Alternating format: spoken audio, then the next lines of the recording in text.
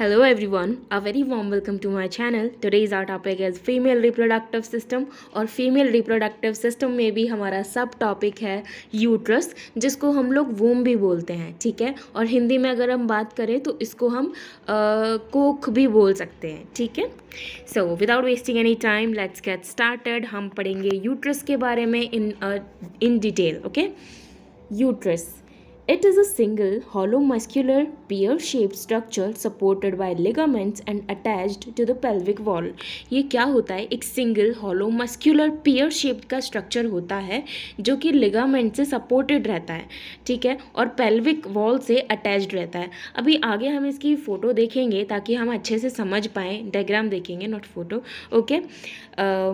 It is present between the urinary bladder.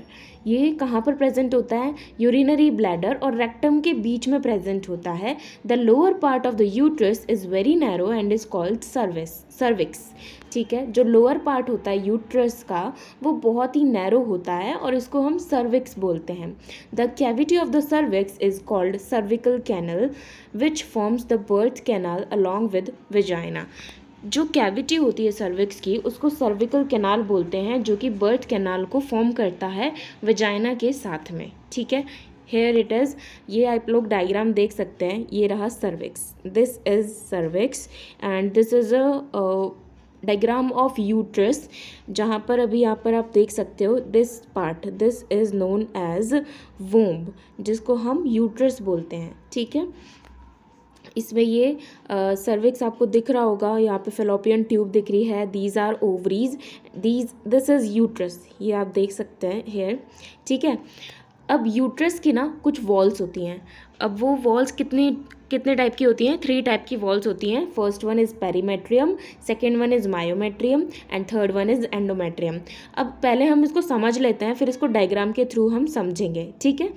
So first one is perimetrium, जो कि outer layer होती है, thin covering होती है यूट्रस वॉल की। यूट्रस वॉल की थिन कवरिंग होती है और आउटर लेयर होती है कौन सी? पेरीमेट्रियम, ठीक है। Myometrium it is middle one, thick होती है और स्मूथ मसल फाइबर्स की बनी हुई होती है, which contract strongly during delivery of the baby. जब बेबी की डिलीवरी होती है तब यही वाली जो लेयर होती है वो कॉन्ट्रैक्ट करती है स्ट्रांगली, ठीक है। उस टाइम पर क्या होता है कि वो जो मसल होती है वो कॉन्ट्रैक्ट करती है बहुत ही तेज़ी से, जिसकी वजह से बेबी की डिलीवरी होती है, ओके।